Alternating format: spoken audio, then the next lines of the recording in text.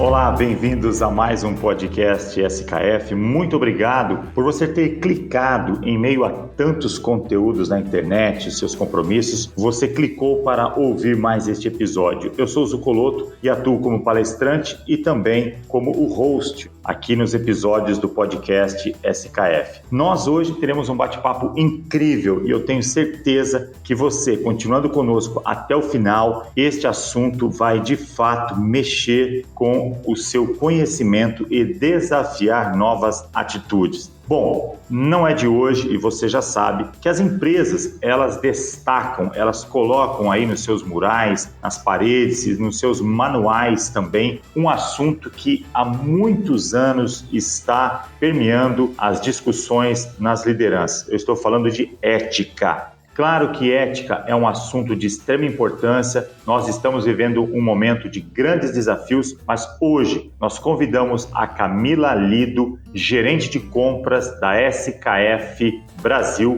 para falar de ética elevada. É isso mesmo que você ouviu. Ética é um assunto de extrema importância, mas o que é ética elevada? Por que a ética ela faz com que as empresas cresçam? Como manter um excelente relacionamento com os colaboradores, clientes e fornecedores? A ética permeia os negócios e faz com que uma empresa, uma organização mantenha a sustentabilidade dos negócios. São essas perguntas neste grande bate-papo que eu já quero convidar para estar aqui conosco a Camila Lido.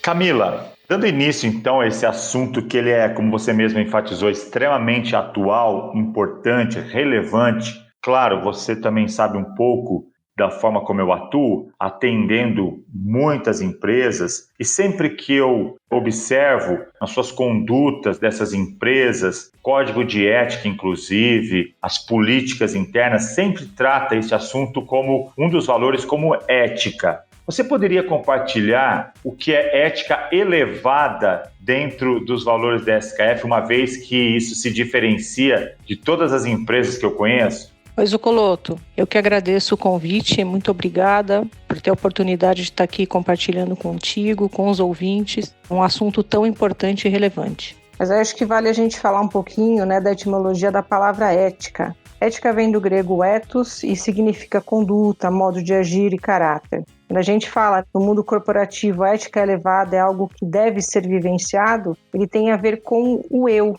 com o nós. E essa ciência do bem agir, do bem viver, do bem conviver. Falando bem diretamente na SKF, ética elevada é um dos nossos valores, que em conjunto a trabalho em equipe, toda a questão de autoridade, transparência, segurança, são valores que a gente carrega dentro do nosso dia a dia na SKF, na nossa convivência com os nossos pares, seja internamente ou seja nossos pares externamente, clientes e fornecedores. Camila, você que é responsável por uma área comercial, você percebe que ter ética elevada como um valor é um diferencial para os negócios? Com certeza, não tem como não ter ética elevada numa relação comercial. Tem até uma frase que o professor Mário Sérgio Cortella, ele sempre fala, que você tem 3 verbos que são aí os principais quando a gente fala na questão ética: o querer, o poder e o dever. Tem até uma frase que é bacana que ele fala assim, eu quero, mas eu devo, mas eu não posso, e eu posso, mas eu não quero. Então, quando a gente fala nas relações dentro de uma corporação, tem muito a ver com isso. Na minha relação com um subordinado, com um superior, na relação com o meu cliente, na relação com o meu fornecedor, toda essa questão da ética, e aí a gente vai falar um pouco também, talvez, de moral, tem a ver com esse campo, Porque ética é algo que é do seu comportamento. E ninguém nasce ético. Bem, da verdade é essa, sabe, Zucoloto? Ninguém nasce ético. Ética vem do exemplo. Camila, muito interessante você ter, inclusive, citado essa questão de ética e moral, e nós sabemos que a ética é um conjunto de normas, de procedimentos, de princípios que uma empresa determina, e a moral é justamente aquele colaborador que pratica aquilo que está escrito, então ele passa a ter moral. Isso é importante. Camila, a gente vive num cenário altamente competitivo, onde cada vez mais a gente observa que as empresas e pessoas buscam o seu espaço. muitas vezes uma busca incessante pela sobrevivência. Será que nós devemos viver uma eterna competição? Será que ganhar é o principal objetivo? Pegando aquele gancho que você falou entre ética e moral, né? Acho que quando a gente fala em ética, a gente está falando de igualdade, a gente está falando em respeito, independente de hierarquia, dependente de raça ou gênero. Então, o fato de ganhar e perder, ele, dentro da condição ética, desde que você não ultrapasse certos limites da convivência, certos limites de sigilos.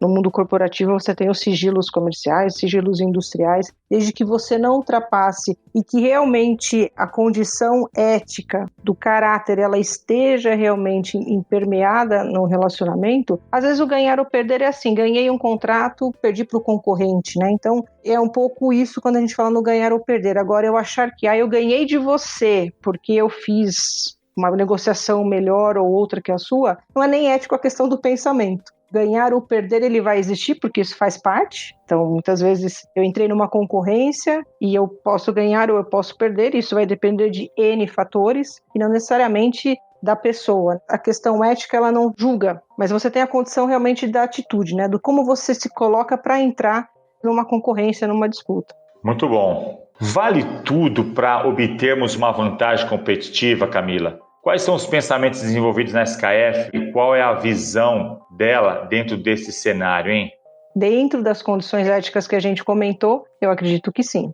Porque todos nós sabemos, e muitos dos profissionais que estão nos ouvindo agora, nós crescemos dentro de uma cultura que levar vantagem é a melhor situação para uma das partes, mas num processo de ética elevada, isso também pode ser revisto num processo de ganha-ganha. É dessa forma que você também enxerga? Zucoloto, com certeza. Quando a gente fala na condição do ganha-ganha, a gente poder colocar a nossa maior expertise, a nossa maior competência em exposição, seja para ganhar um grande contrato, seja para fechar uma grande negociação com um fornecedor. E aí o ganha-ganha é entendendo aonde a gente está permeando aí a condição, a gente poder ter os dois lados da mesa, vamos dizer assim, colocando o seu melhor. Faz todo sentido, sim, Camila, o que você está trazendo para nós. Eu preciso agora aproveitar esse momento e os ouvintes com certeza estão aí se enriquecendo com a tua bagagem. Eu gostaria que você pudesse comentar como uma gestora, vou chamar de gestora de uma área comercial, como que você garante um ambiente alicerçado pela ética elevada? Primeiro eu gostaria que você falasse sobre os colaboradores, depois eu quero aprofundar um pouco a relação com cliente e fornecedor. Vamos dividir isso porque eu acho que vai ser bastante interessante. Como é que você faz com que a equipe, os colaboradores tenham isso no dia a dia?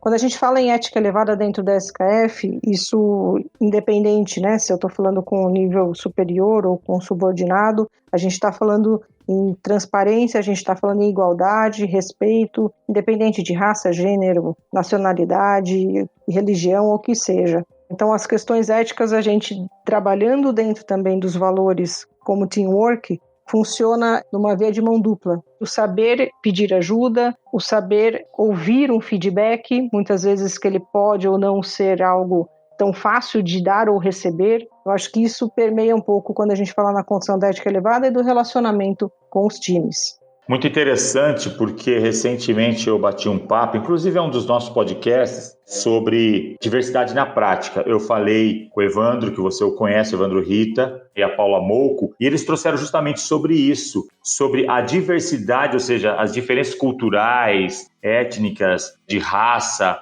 não fazem a acepção de pessoas dentro da SKF. Você está trazendo isso à tona agora, muito interessante, ou seja, está no DNA essa ética também, o respeito ao próximo, que é o próprio colaborador dentro da empresa, é isso, né? Com certeza, isso tudo é muito enriquecedor, porque o pensar diferente não é problema algum, ele traz realmente uma bagagem, um compartilhamento de ideias, e isso tudo se transforma em sabedoria lá na frente. Eu acho que essa é a grande vantagem de a gente trabalhar na condição da ética elevada e fazendo realmente a compreensão do que significa a questão de ética elevada. Não é que eu sei mais que você sabe mais que eu, e a gente vai estar aqui brigando, guerreando para mostrar quem sabe mais. A gente vamos juntos para a gente poder construir de maneira que seja mais fácil, às vezes sim ou não, mas que seja numa construção alicerçada. Essa condição da diversidade só traz enriquecimento. Ok, uma vez que a casa está ajustada, quando eu falo casa, dentro da empresa, né, essa questão interna, como que você então trabalha, que você leva para os clientes a ética elevada? Você pode compartilhar conosco e aí depois eu quero que você também fale sobre fornecedores. Vamos primeiro então explorar o mundo do cliente. Hoje eu trabalho muito diretamente com o fornecedor, mas para a gente sentar com o fornecedor, a gente realmente tem que entender a ponta, né? A gente tem que entender do cliente. E considerando que dentro da SKF tudo começa pelo cliente. Então o relacionamento é de abertura, transparência e sempre, vamos dizer, o papel em branco, né? Ouvir a necessidade do cliente, colocar para o cliente talvez algumas opções de caminhos para quando trazer isso dentro de casa, saber para onde seguir. Sempre voltado e pautado no trabalho em time. Excelente. Realmente você falou uma coisa muito interessante. Não dá para eu ter uma relação com o fornecedor se esquecendo do cliente, porque vai afetar diretamente. E eu tenho certeza que a relação que vocês sempre procuram, porque eu também acompanho várias lives de vocês, Claudinei Resch está sempre dando aí declarações e participando de vários encontros, como outros profissionais aqui que já gravaram conosco, né, comigo especificamente, e essa relação ela precisa realmente ser de total transparência, porque se eu impactar o fornecedor, com certeza o meu cliente vai sentir isso, né? Com certeza. Na verdade, quando a gente olha a cadeia como um todo, começa assim com uma demanda e quando isso vem para dentro da empresa, a gente tem que estar buscando aí os recursos e às vezes eles são internos, às vezes eles são externos. A gente até nem gosta de usar, a gente nem usa tanto a palavra fornecedor, mas parceiro. Então ele realmente tem que estar dentro com a gente nessa condição da cadeia, né, desse elo junto ao cliente, na questão da parceria. Eu deixei essa expressão vir de você para que os nossos ouvintes não pensem que eu que criei uma nomenclatura achando que tudo que nós estamos conversando aqui passa por um crivo de palavras, mas como você citou, se vocês já não tratam mais como fornecedores, sim como parceiros, já é um ótimo exemplo para o mercado de como deve se tratar aquelas pessoas que fazem parte da nossa cadeia produtiva. E sabe que o que é bacana, Zucoloto? A gente tem um código de conduta com os nossos fornecedores. Então, os mesmos valores que a gente permeia dentro da SKF, que a gente vive dentro da SKF, é o que a gente também tem colocado para os nossos fornecedores. E isso hoje é vivenciado dentro da relação SKF e os seus parceiros, muito pautado em relação ao código de conduta. Camila, eu quero aproveitar esse bate-papo aqui, apesar de ser um tema que para muitos é polêmico, mas a gente está levando isso aqui como realmente uma abertura, total transparência, e os ouvintes já estão percebendo que tudo que é complexo, se você trabalha ele com maturidade, com profissionalismo, ele se torna simples no dia a dia. Quero contar uma história para você. Alguns anos atrás, eu estava fazendo um trabalho para um cliente e eu estava voltando de uma viagem do Chile. E é claro, não é uma viagem tão longa, mas sentou do meu lado um profissional, ele era um italiano. Eu acabei puxando um papo com ele e eu perguntei para ele assim, eu gostaria de saber qual é a imagem que você e os seus colegas de trabalho têm sobre o Brasil. Eu estou falando, Camila, de não mais, não menos do que aproximadamente uns 10, 12 anos atrás, tá? Em uma das viagens que eu fiz. A resposta dele foi a seguinte, ele me respondeu com uma palavra, corrupção. E aí, eu quero fazer para você a minha última pergunta e a gente vai explorá-la.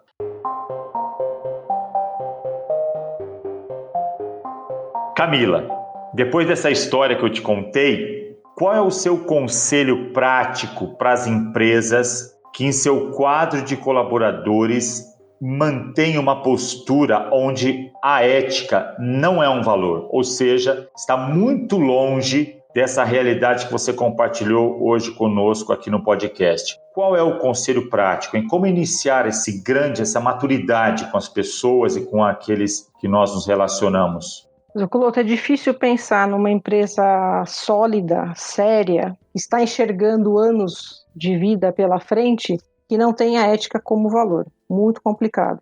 E aí a gente fala de ética e fala de moral. Porque ética, como a gente falou aqui durante o podcast, é uma característica, é um comportamento, é uma conduta, é a condição de caráter. Então, se você tem pessoas que não vivenciam ética no seu dia a dia, difícil às vezes elas entrarem numa condição moral junto à empresa.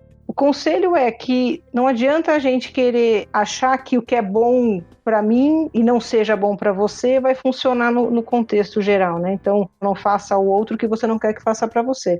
Quando a gente traz isso para dentro do mundo corporativo, é exatamente a mesma coisa. Muitas vezes a corrupção ela não é, né, da empresa com a outra empresa, mas é da pessoa com a pessoa. Então, montar um time onde você confie nas pessoas, onde as pessoas realmente tenham valor ética na condição indivíduo, eu acho que é por aí que começa. Ou seja, começa realmente no individual para partirmos para um coletivo. Eu diria quase que uma corresponsabilidade, né? Acho que todos são responsáveis por essa construção, é isso? Com certeza, a questão de ser ético é você ser responsável. Eu estava até pensando em exemplos aqui para a gente falar. Eu vou justificar talvez uma falha minha falando que foi, olha, não consegui falar com você no podcast porque o problema foi o Wi-Fi, o computador, enfim, alguma outra questão. A responsabilidade é minha, uma vez que eu assumi essa responsabilidade com você. Então, quando eu coloco o ponto de que, eu não fiz algo porque fui condicionada ao ambiente por N fatores, ou eu fiz algo errado, sabendo que era errado, mas para tentar receber alguma coisa ali na frente, a responsabilidade é totalmente do indivíduo. Existe até, né, o termo, né, omissão ética. Passo um pano, né, como se diz, eu coloco isso embaixo do tapete, mas eu sei que realmente tem algo que não foi bom ao negócio, não foi legal ter feito com a outra pessoa, com a outra empresa. É isso que a gente chama de omissão ética, né? Saber que está errado e mesmo assim está agindo dessa forma errada. Excelente. Camila, gostaria muito de continuar o nosso bate-papo. Eu tenho certeza que os ouvintes estão aí colhendo bastante informações e muito mais do que informação, experiência. Eu gostaria que você pudesse deixar aqui para os nossos ouvintes, falando desse assunto, se de repente algum profissional atua em uma empresa onde está difícil romper a barreira do ético, do moral, e a gente sabe que esse é um grande desafio. Como proporcionar essa mudança? Não que existam 3 regras ou 3 passos mágicos para que isso aconteça. Mas na sua experiência profissional, de vida, numa área comercial, o que você pode ajudar esses profissionais que querem também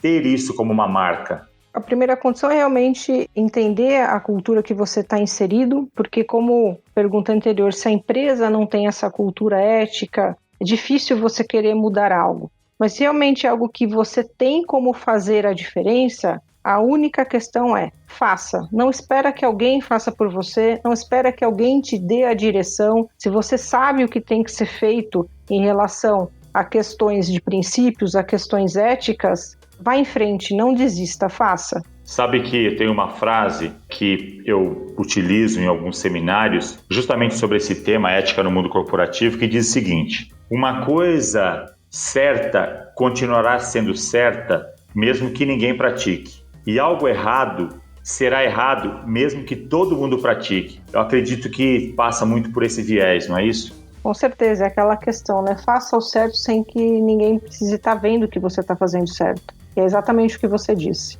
Camila, eu quero agradecer muito o seu tempo aqui conosco. Eu tenho certeza que os ouvintes colherão muitos frutos a partir dessa sua experiência compartilhada aqui conosco. Eu quero desejar a você muita saúde, principalmente neste momento que estamos em transição aí, e desejar a você sempre sucesso profissional. Muito obrigado por você ter aceito o nosso convite. Imagina, Zucoloto, sou eu quem agradeço. Acho que bate-papo ele ficaria aqui, a gente se estenderia falando porque é um tema bastante interessante, ele é atual. Essa troca agrega bastante. Sou eu quem agradece. E desejo para você também, muita saúde. Um grande abraço. Abraço.